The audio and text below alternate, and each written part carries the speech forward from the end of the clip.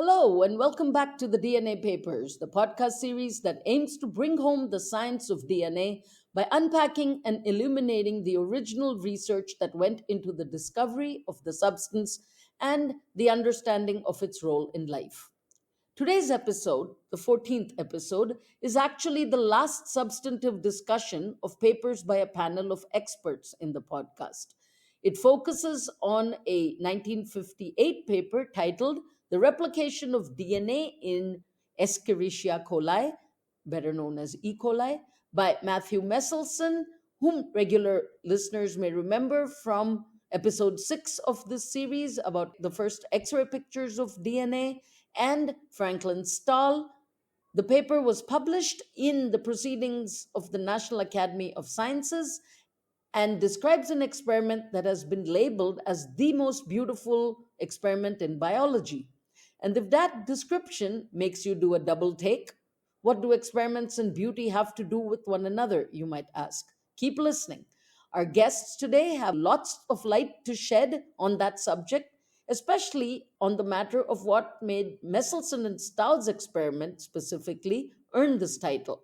Along the way, you will also find out exactly the place this most beautiful experiment occupies in the history of our understanding of DNA.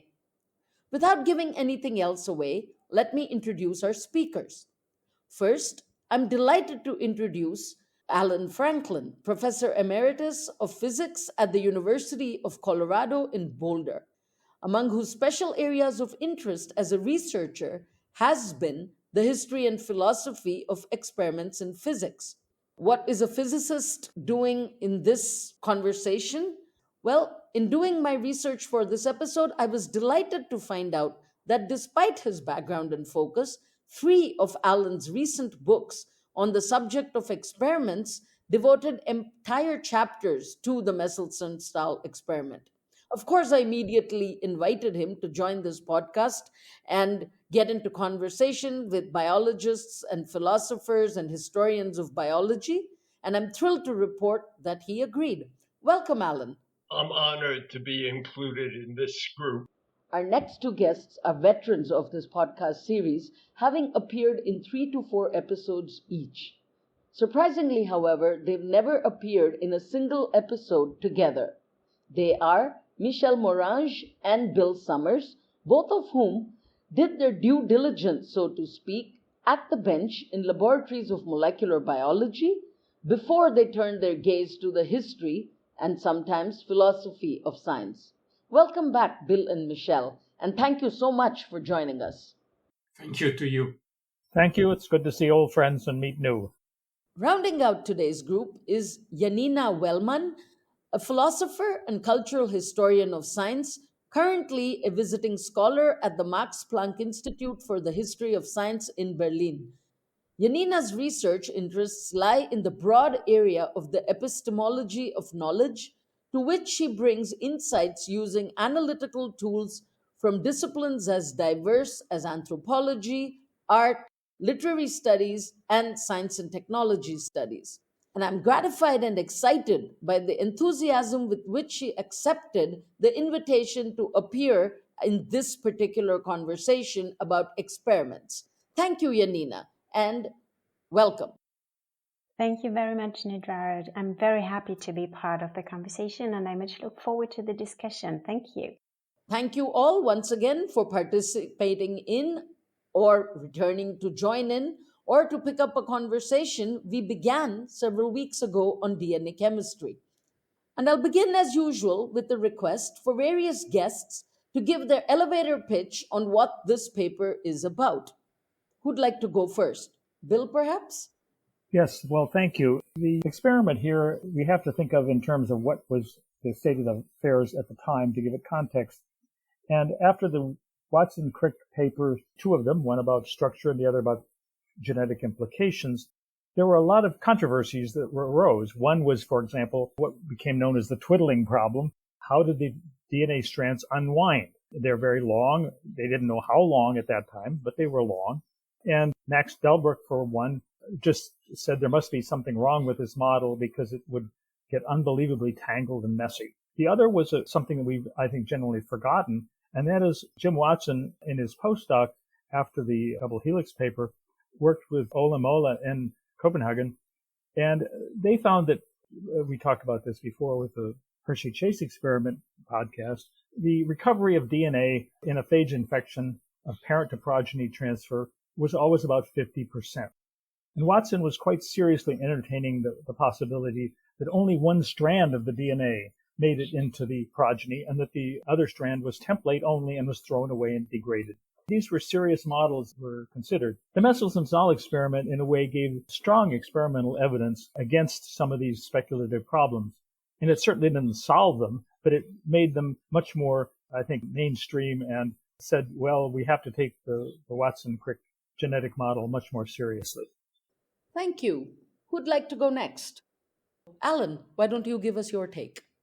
For much of my career, I've been trying to answer the question, what makes a good experiment?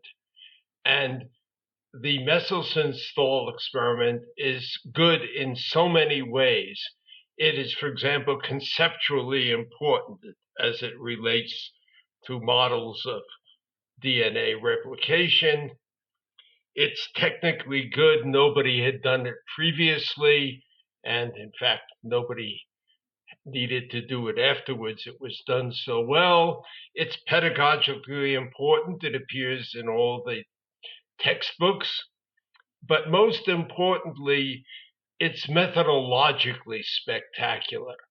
It offers real reasons as to why we should believe these experimental results. And it does so in a way that even someone like myself, who doesn't know very much in biology, can understand the argument. I mean, the last time I took biology was in high school, which was in fact before the Meselson-Stahl experiment. And that, for me, that's one of the things that has always impressed me about the idea, is that it's just such a methodologically. If I were teaching an introductory lab course for physics students, I would ask them to read this paper so that they would understand how you do a good experiment and how you draw conclusions from your experimental results. Thank you, Alan. Yanina, what is your elevator pitch about this paper, please? I would like to start with the impression the paper gives when reading the paper, actually, as a student or as someone new to the topic. So what I think the experiment is fascinating about and fundamentally and basically doing is introducing new experimental methods into a field of research that haven't been combined and haven't been present in this way before that. And so bringing together new methods and joining them, like labeling the bacteria with isotopes and inventing this method of equilibrium sedimentation, combining it with the ultracentrifuge, is something that is a genuine, interesting approach and ingenious a way to tackle the question how we can distinguish and experimentally detect actually the parental DNA and the DNA that we can find in the progeny of the bacteria. So I think this is something that is strikingly present in the way the experiment is represented by the authors in the paper.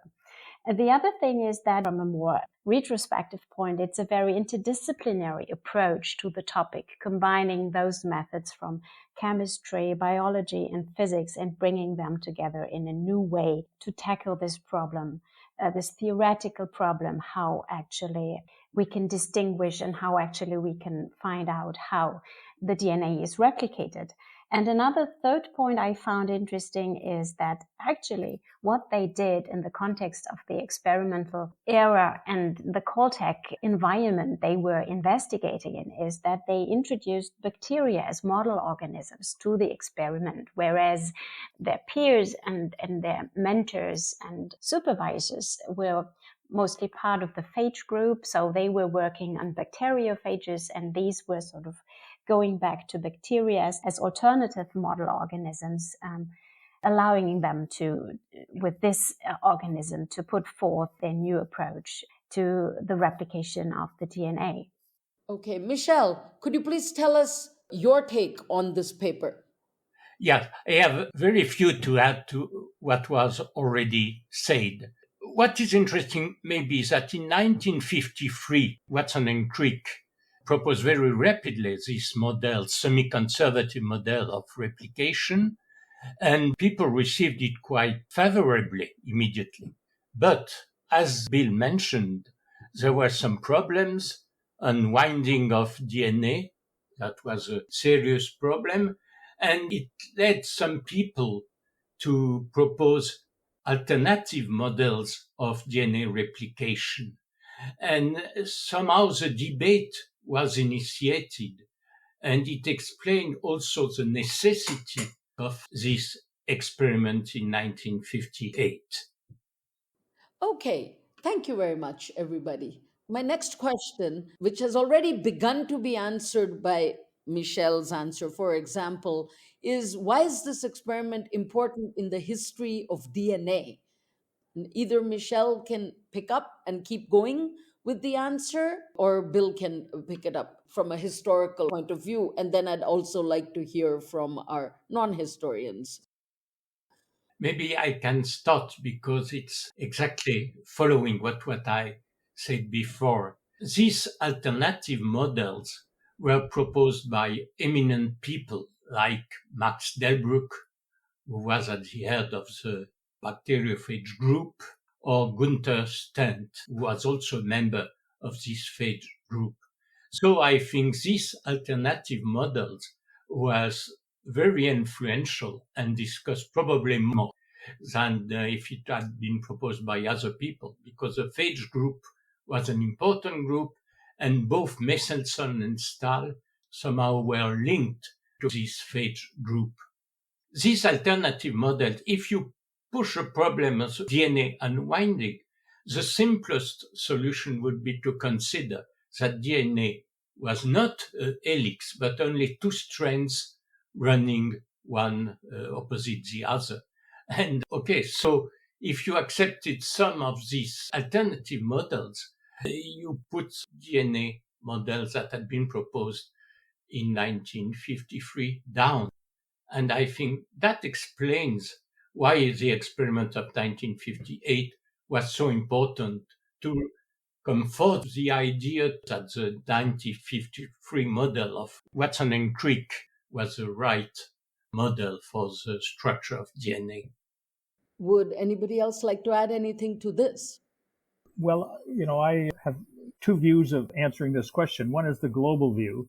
And the global view is really, of the four big questions that I see in biology, this answered the big one. That is, how does like beget like? The biblical question.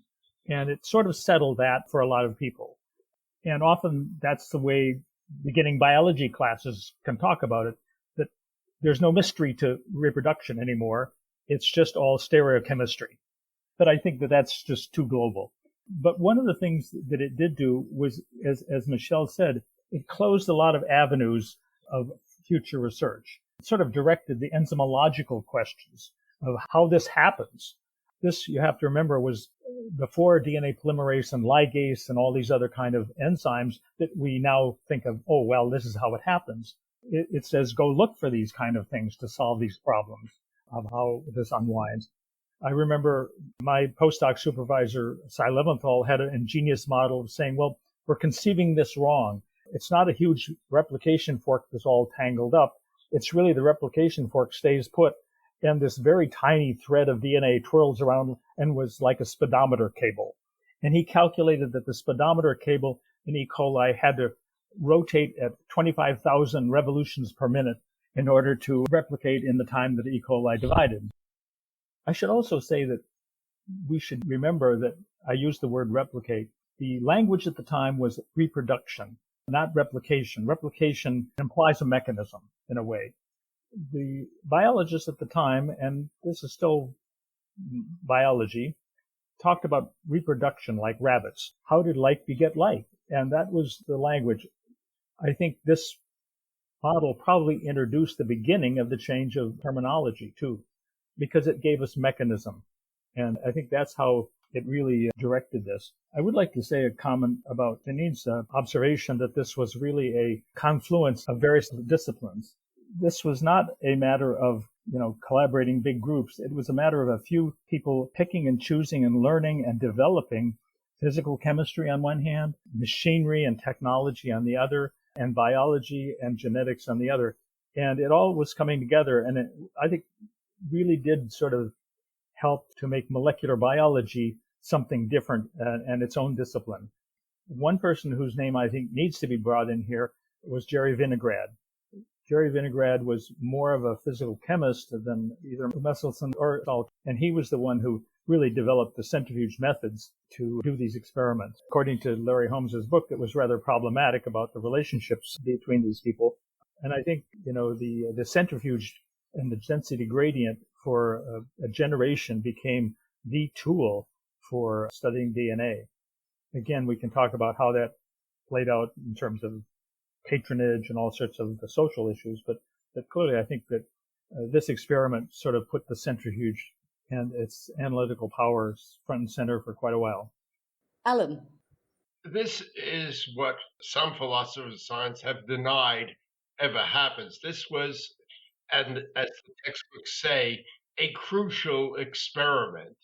It decided between at least the three major models that were on offer: the conservative of Stent and the dispersive model of Delbruck. And in my own work, I have found it very rare in the history of physics that you get such a clean decision between alternatives. You do sometimes, but this one was just beautiful in that sense. Could I comment? Historically, I think Alan is actually right that this is an instantiae crucis in the sense of the finger post pointing the way to where we go. And of course, that's what crucial experiment really means. I have a question. Please back up a little before we go into the crucial experiment. Could one of you or more of you take us through the steps of the experiment? Because I think we've been talking about the importance of this experiment and what it did. And you've already mentioned centrifugation as being important, but exactly what did this experiment entail? Alan. What was so nice about this experiment was if you look at the paper, the first thing they do is to show you that centrifugation will give you a narrow band for a macromolecule. That was important. And then the next step is they showed when they had both the heavy nitrogen and the light nitrogen DNA, they showed that the two bands were separated by enough that another band could appear within it in case the Watson-Crick model worked. And then in the experiment, they just do generation after generation of the E. coli reproducing. And in the first, they started with the heavy nitrogen DNA.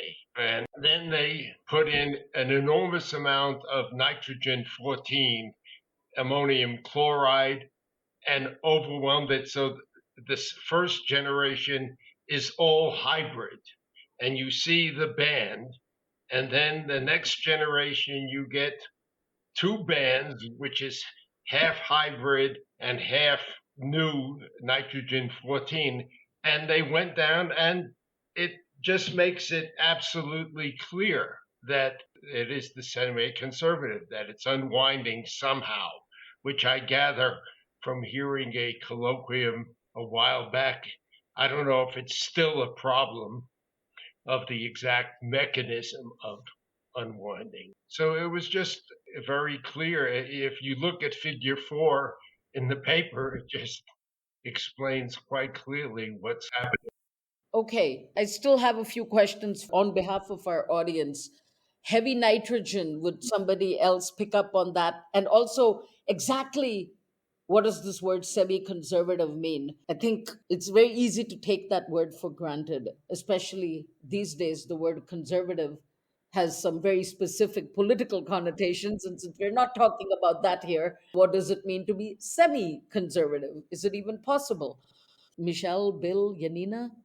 Semi-conservative means that if you have the double strand of DNA, it means that only one strand will be conserved because the two strands separate, and on each of the two strands, a new strand is synthesized.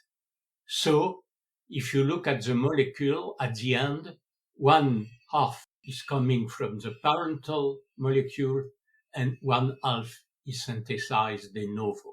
That's the name semi-conservative. Concerning the other point, I think it's very interesting to see that the experiment is at the crossroads between two new technology introduced from physics, ultracentrifugation, that was already mentioned and discussed by Alan and Bill, but also the use of isotopes, and in particular, heavy isotopes. So the experiment, in fact, puts together two strategies coming from physics to solve this problem of DNA replication. I think that when we look at the experiment as published, we're seeing the end point of a whole history of science that led up to this.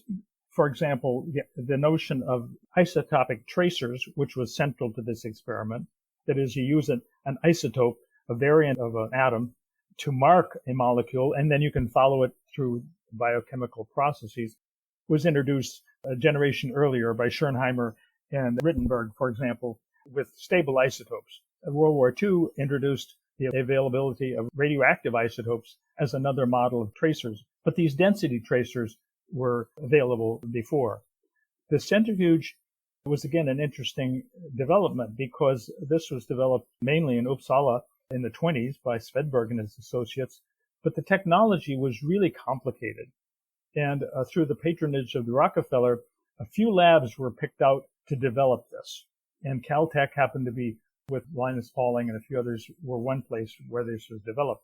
These experiments could not have been done very many places. The centrifuge itself was being developed, and the whole methodology was worked out by Vinograd, Stahl, and Meselson to do this very experiment. So the interplay between their goals for the experiment and their scientific question and the development of the understanding of the methodologies went hand in hand.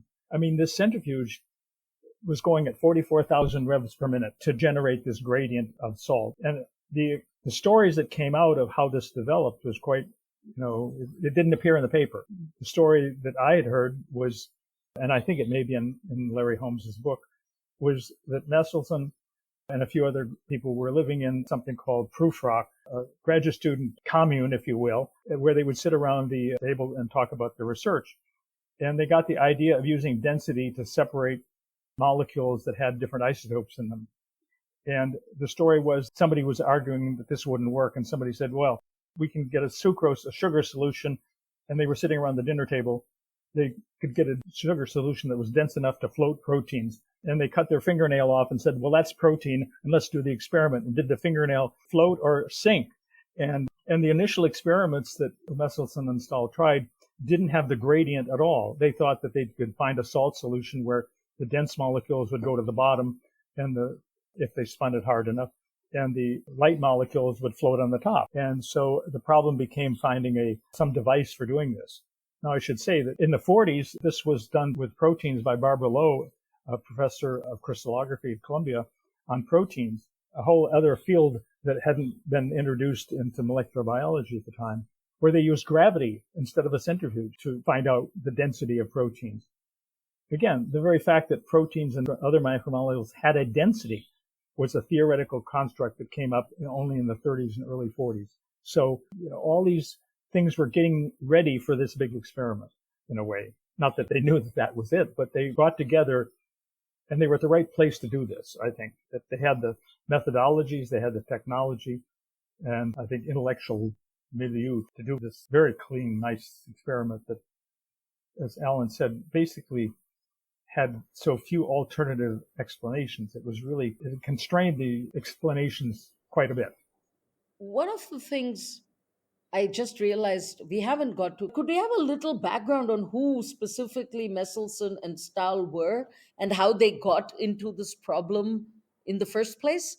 How they got working on this DNA problem? From what I understand, this work was done in the laboratory of Linus Pauling, whose name also came up at Caltech. So, whoever would like to take this on, please offer a little background on the people who did the experiment. Okay, maybe I can bring some information. It's very interesting to read the book of Frederick Larry Holmes because he mentions that the first project of, in particular, Meselson was to test the model proposed by Watson and Crick.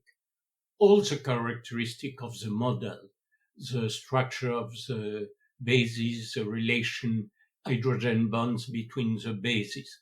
So there was a global project, and somehow DNA replication was at the beginning one part of this wider project. The second was the precise origin of the idea to use density and heavy isotopes, other dense molecules. Meselson said that it was during a lecture given at Caltech by Jacques Monod. And Jacques Monod described the phenomenon of induction of one protein by lactose, a well-studied phenomena in molecular biology. And he proposed a technique of osmometry. And Meselson's idea that for this kind of problems, the right strategy was to use different isotopes, heavy and light isotopes. So it would have been the beginning of this approach of the problem of DNA replication. After, both met in 1954.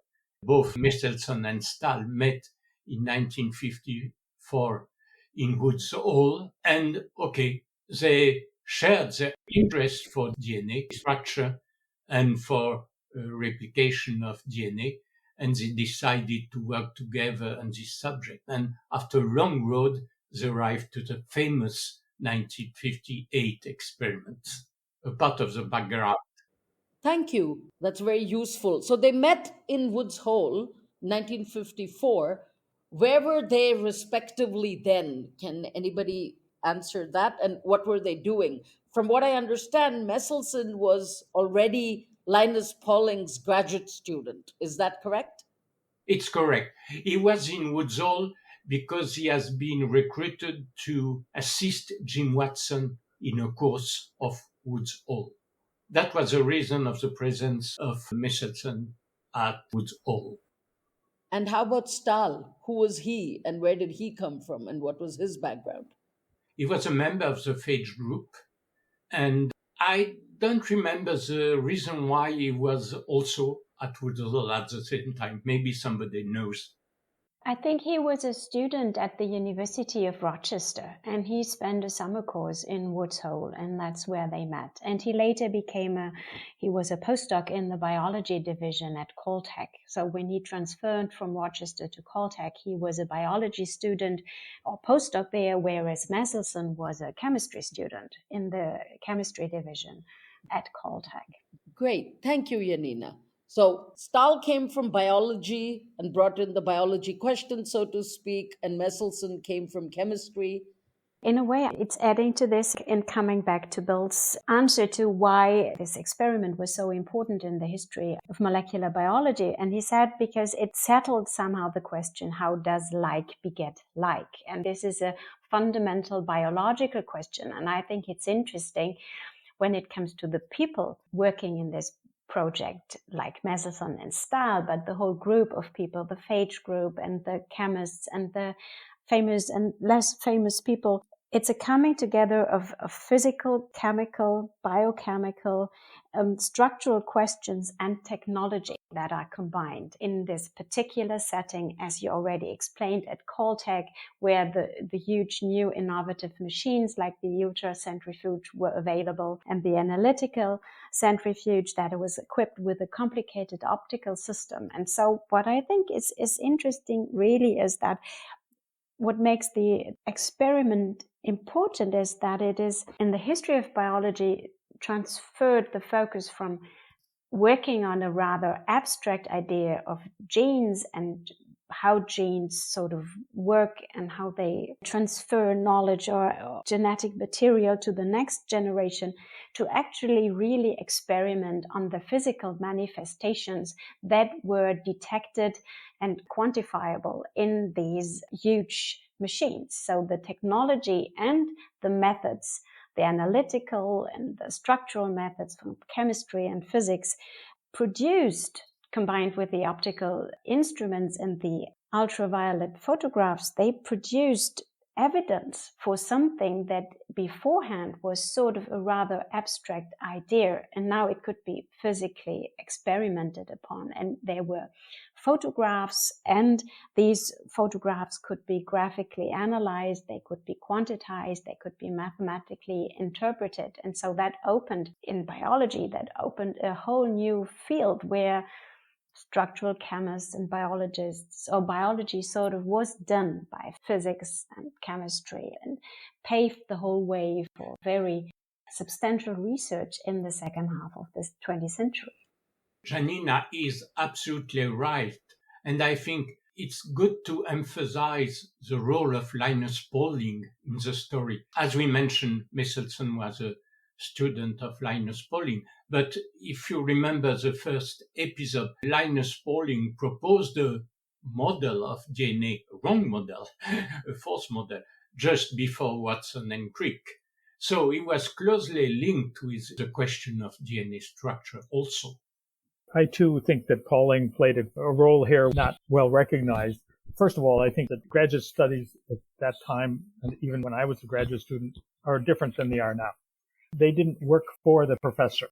You worked on your project and the professor was an advisor who helped you along. So there was a freedom, I think, to talk between groups and to try new things that we don't see amongst graduate research much these days.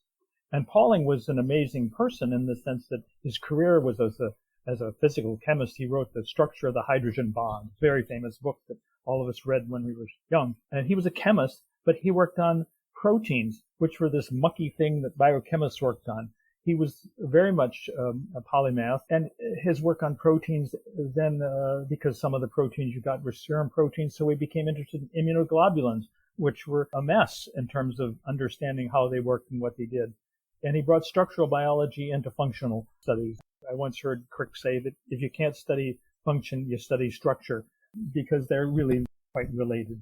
And so I think that Caltech was structured as a way to facilitate this kind of what we call collaborative research now. But I think it was then somebody once told me when I was young, molecular biologists go out and find whatever they need to do the job. And I think that was one of the defining things, is you didn't feel limited by disciplinary boundaries like some fields. Thank you.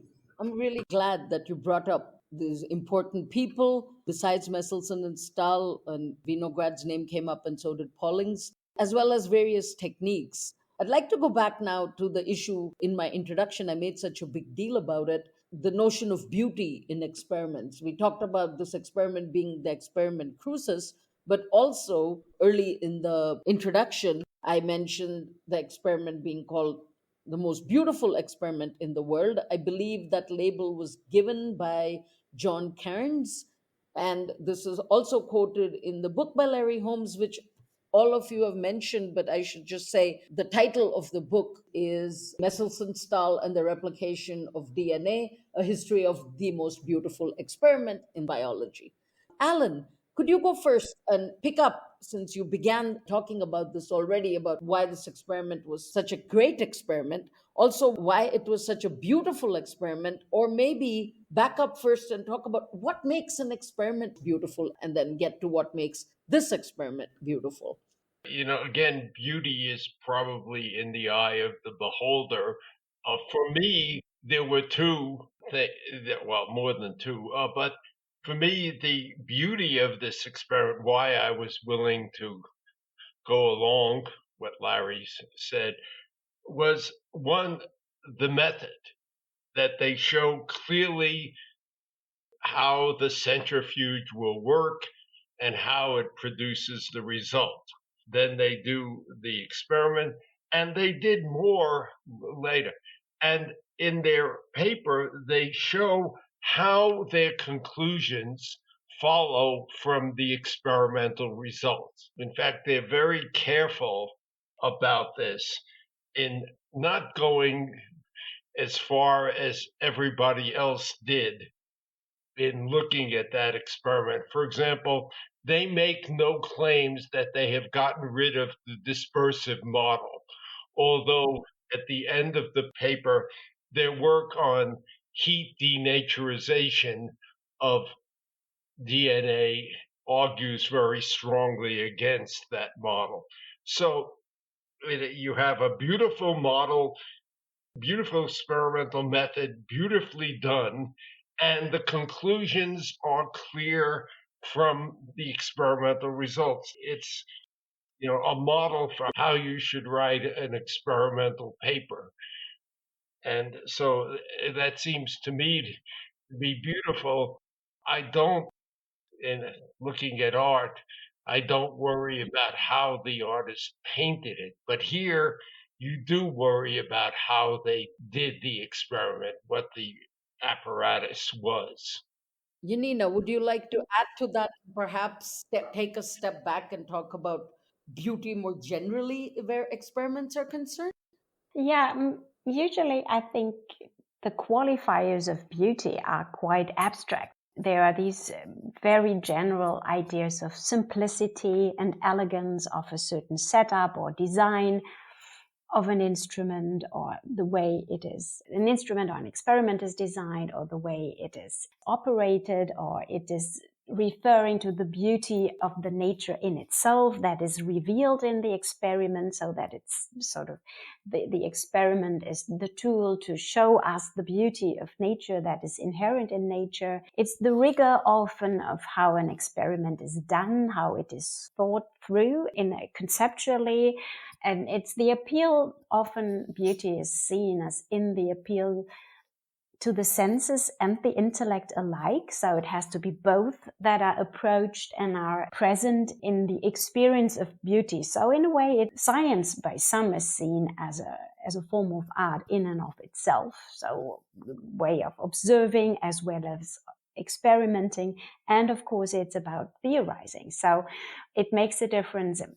Or sometimes the beauty is seen in the conceptualizing and in the theories that are found in science, but here I think the interesting switch is going to the experimental beauty of something and the way things are done. So it's the operating on nature, it's the maneuvers, it's the hands-on approach, and of course it's the technologies that sort of bring about the experiment. So I'd say in general it's a more complicated idea of what beauty means in an experiment than in comparison to some sort of theorizing or beautiful theory or beautiful concepts that you come up with. And in a way, the interesting thing about this experiment in particular is that it sits at the intersection of being an experiment dubbed as the first to experimentally prove a beautiful concept of how DNA might replicate in nature, where it has beforehand only it was about like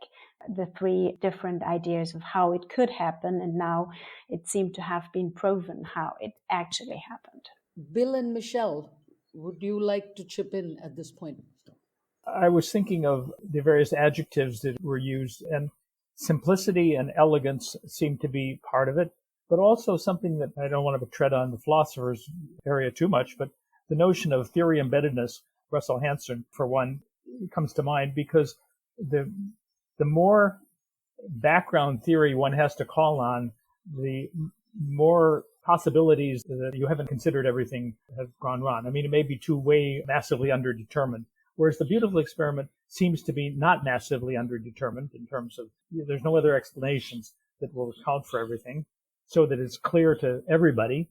And then it somehow has to be transparent. I'm thinking of some of my mathematicians friends, for example, say, well, this was a beautiful proof, and it was a proof because it appeals to the simple logic that we can all understand, as opposed to the same answer arrived at by a computer, for example. computer proofs are ugly, logical experiments are beautiful.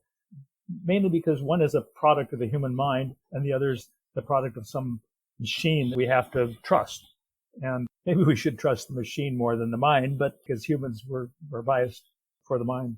But I think this experiment didn't admit to many alternative explanations. It was just so transparently clear at each step that it appeals like a clear picture rather than a fuzzy picture in a way. So I think that you walk away satisfied that you've answered a question. Not maybe you got it right, but there's still some loopholes. It didn't seem like there were many loopholes in this experiment. Michel? Yes, two small elements in addition. The first is that it was beautiful, but not because the machine itself, so the ultracentrifuge, is beautiful, because it is not. It is a jewel of technology of the time, but it's not beautiful for safety reasons. So you see nothing. It's like a block of iron, nothing more. So the machine itself is not beautiful. Second point, I think that also what was beautiful was how clear the result was. Because you mentioned already, Niraja, that there were some observations that, okay, maybe it's more difficult, more complex, and we mentioned the different mechanisms. And in fact, the result was absolutely clear, very neat, simple. And I think it was also, in part, a surprise, and probably it was also something lucky that happened. We can discuss this later. But nevertheless, the simplicity of the result was, I think, also a part of the beauty of the experiment. Thank you, Michel. Alan, could you go next? If I might bring in an example from the history of physics of a beautiful experiment which gives the same feel. This is the experiment of Wu, Ambler, Hayward, Hoppies, and Hudson that showed that nature was not symmetric left and right in the weak interaction. And the technology was actually quite complicated. You needed very low temperatures, but you lined up radioactive nuclei and you put a counter and you saw whether or not the spins were lined up, and you counted how many came off with the spin and how many came off opposite the spin. And you had to be 3 days dead not to see that there were more coming off opposite the spin than with the spin. And at that point, parity is not conserved left. Nature is not symmetric left and right. And I think the Meselson Stahl experiment gives you the same feel, at least it did to me. And now you say, is that a beautiful experiment? Yeah, the Wu experiment really was. There were two other experiments at the same time that showed the same thing, but the Wu was actually much prettier, in my view. Yeah, I think I could maybe go back to an idea that Larry Holmes raised in his book, and because it's such an important book covering in extenso the entire history of the experiment and discussing the idea of beauty, he brings to mind that we have to ask more precisely, perhaps, is it the beauty of the experiment, that is the design, the robustness, the importance, the decisiveness of the experimental design and the results it brought about, or is it also the way it was presented, and especially also here visually represented in the papers as they were published by Meselson and Stahl, because they were famed and claimed also for the precision, for the clarity, the way they put forth the argument, the way they chose the words, and it was repeatedly referred to that every single word in those papers was chosen with having turned around 100 times. So what he, I think, is referring to, and I think that is part of the question how the experiment and its importance developed over time, is how these kinds of experiments become narrated in the history and how they become narrated by the participants and the actors themselves. So it's not only the way the hands-on practices are, but the beauty that is sort of referred to those experiments because of the history that comes after the experiment and the ideas that catch in the community and others that don't. So it's not only in and of itself the experiment, but all the history that is part of it. Alan? Larry Holmes, whom I am enormously indebted to, I mean, for personal reasons and also for the book. When Meselson went to give a seminar at Berkeley, where Stent was, he was introduced as the Mozart of molecular biology. Now, that seems to me to be an indication of beauty as well by Stent. Thank you, Alan, and everyone else for this fascinating insight into what beauty means in the context of science and experiments. I'd like to turn now to your own personal encounters with this beautiful experiment. Could you share your memories of when you first learned about the Meselson Stahl experiment or read their 1958 paper, and also tell us what kind of impression it had on you? My first experiment for this was when I started my graduate work in 1962, working on the ultracentrifuge. I went into a lab that was very much one of the pioneers in this technology, and I was confronted with this very large machine and had to learn what I was supposed to do with it.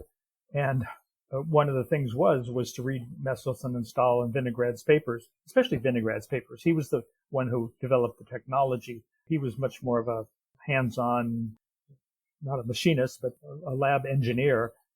Was Vinograd also a member of Pauling's lab?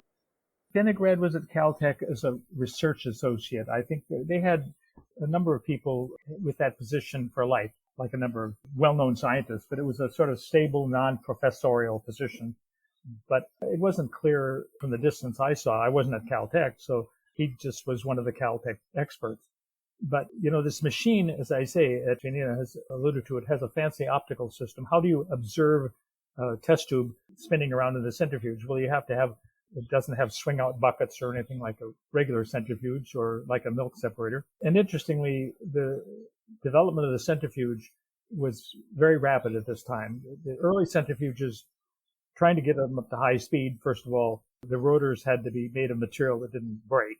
Second of all, when you spun a massive rotor at high speed, the bearings were really a big problem. And because the bearings would be torn apart by just wear and tear and friction. And at the same time, if you had two cells, one on either side, or two tubes, they call them cells because they were basically vertical tubes, they had to be perfectly balanced. Otherwise, you'd have the centrifuge out of balance, and at high speeds, it would tear itself apart. And what the advance came in the late 40s, just before the Meselson Stahl experiment in the 50s, was they realized that if you could suspend the rotor not on a bearing, but on a piano wire, the centrifuge, which weighed about 5 pounds of titanium, spins, it's driven by a fine piano wire, like it would be on the string of the piano. And so that allowed it to wobble around and find its own center. And so the bearing problem was solved. So all of a sudden there was an explosion in the use of the centrifuge. No longer did you have to have an armor-plated room. I once visited the centrifuge lab in Uppsala where Svedberg did his work, and it was underground. And they had a museum of dead rotors, as a matter of fact, and each number on it and when it blew up and so on. And there was one that had actually blown up, gone through the roof, and went through the dirt above the basement and landed in the parking lot. And those are the kind of things that you don't hear about in the paper, but they certainly are important to getting the experiment done. And so here I actually had at my disposal 2 of these centrifuges fresh off the line.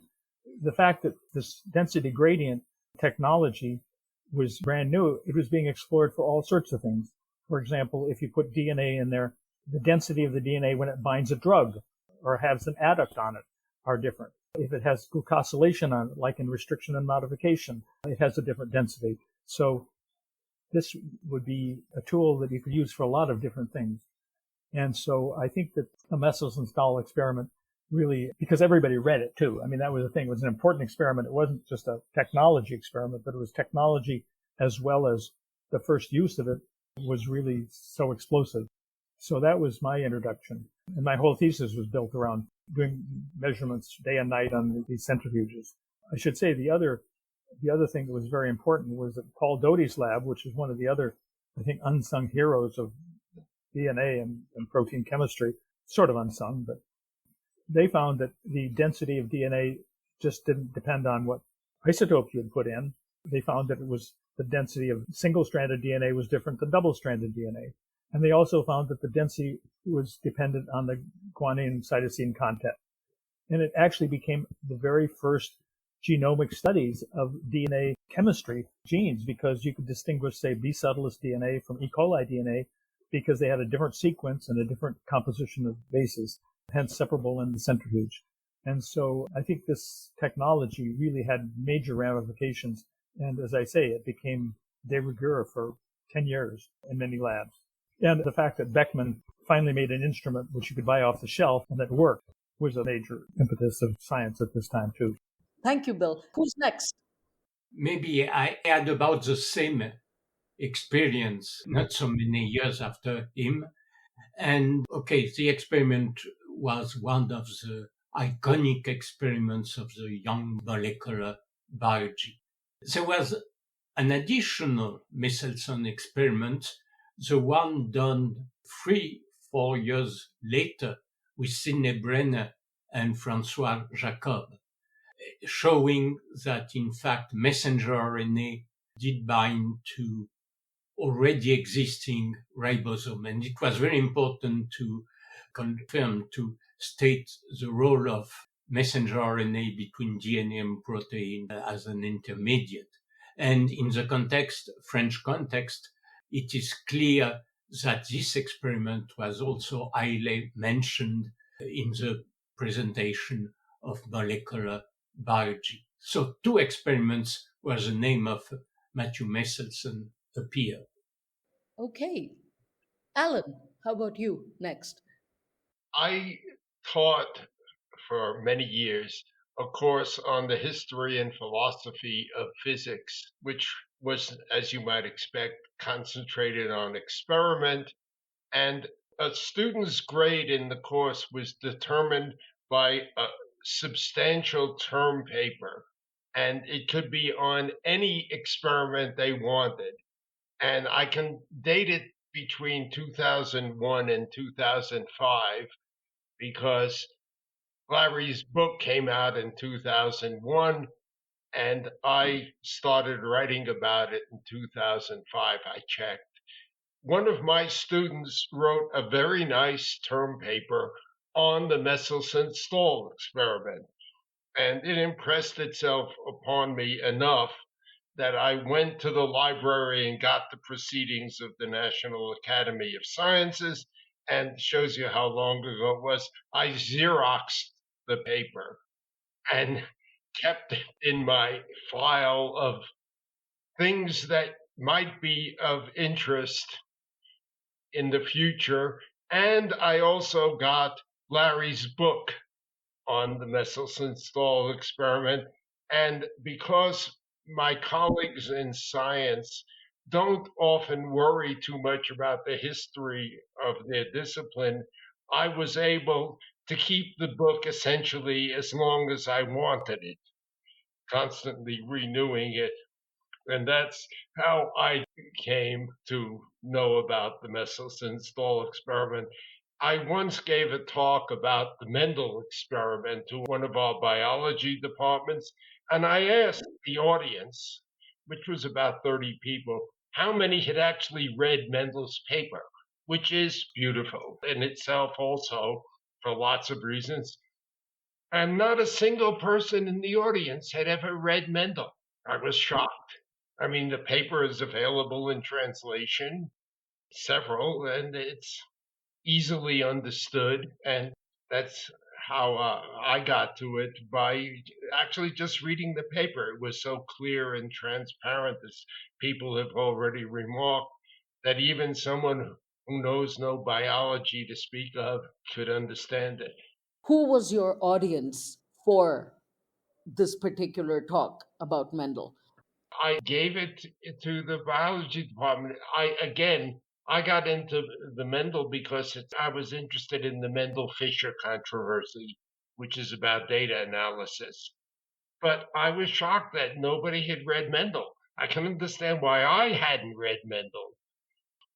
Yanina, how about yourself? When did you encounter this experiment and your first impressions? Yeah, I'm probably the most detached from the actual experiment and only came to it via a detour when I was a PhD student at the Max Planck Institute for the History of Science with Hans-Jörg Reinberger, and I encountered there his work and his conceptualizing of experimental systems and the idea of what is an experimental system, what counts, how do we have to think about it, and what are the kind of narratives that are spun around how these systems work. And that also brought me to Larry Holmes' book, who was exactly trying to tell the story and history of experiments via the actual lab books and the notes and the hard route taken by the scientists, as in this case too. It was 3 years of experiments, 2 of which were hard work and often failed, to only get at the result that now comes across as a very concise, very deductive, completely logical result of ideas that were just put into practice. So this was the one more theoretical sort of encounter with this experiment. And the other was coming in my work, working with the new technology, how actually life is these days in the 21st century, experimented upon on the molecular level. And that is with all these in vivo technologies and all these technologies that try, in complete contrast to the ultracentrifuge, to keep the organism alive while experimenting upon it, and to devise methods and to use microscopy at the molecular level to look at life while it unfolds and while you actually interfere with it experimentally. Okay, thank you. Now, normally, this would have been about the time I would have started to wind up this conversation. When I introduced the episode, I said this was the last discussion around a paper. However, we have a bonus in store for our listeners as well as for you, whom I hope will be listeners of the next, actually last episode, which is that being the only paper whose authors are both still alive, both Matthew Meselson, whom, as I mentioned, appeared in an earlier episode of the series, as well as Frank Stahl, have graciously agreed to field questions. So, if you had a couple of questions, what are they for them that you would like to ask them? I know some of you probably met both or either of them, but what questions would you like to put to either Meselson or Stahl or to both of them? Alan. I would be interested in one, how they evaluate this experiment, looking back at it from, more than 60 years on. And also, I'd be interested in why they were so cautious in not talking about the dispersive model, when it seemed to me that their work at the end of the paper argued strongly against it by looking at the density of DNA and also about the width of the peak they observed, which is inverse to the molecular weight. They could determine at least rough molecular weights of the DNA, either strands. And so those would be my questions. Bill? Well, I would be interested to know what they remember about the reception of these experiments amongst their fellow graduate students as they sat around the table discussing their day-to-day lab work at the time. Were the graduate students that they interacted with supportive? Did they have good comments or questions or criticisms? I'd like to know about the social milieu of their work as they were doing it. What did they BS about when they were drinking beer just after coming back from the lab? Thank you. Yanina? I would be curious to know, in the history of that experiment, both as the main actors are described, or the experiment is framed also in a way of the youthful boldness and the academic freedom taken by these two young postdocs that are bold enough to do an experiment that was in this context of all these important later or actual Nobel laureates. And I would wonder if this touch of heroism that is part of the story, if the two of them would recognize themselves in that narrative, in the way they experienced themselves, what they were doing at the time and later. And in a more philosophical way, maybe the general question, having done this important experiment that changed and I'm sure had a large impact on their lives, if they do think that science evolves in this way, really, that it's an important experiment that is driven, or it's driven by important experiments and this kind of ingenious research, or that this is in their thinking maybe just a very, very persistent historical narrative that we historians have come up with ever since to explain how science actually develops. Thank you. And Michelle? Well, I would be interested to know what they never dared to say about the experiment or the path to the experiment, and that they consider that now it's high time to say that. That's all. Yes, that is fantastic. Well, thank you all very much for your time and your input. It's been a fascinating conversation, and I'm sure everybody's looking forward to the next episode as well. This has been a podcast of the Consortium for the History of Science, Technology, and Medicine. I'm Nirja Sankaran. Today is March 27th, and I'll ask you one last time to tune back in next month for the capstone of this podcast series. Thank you all.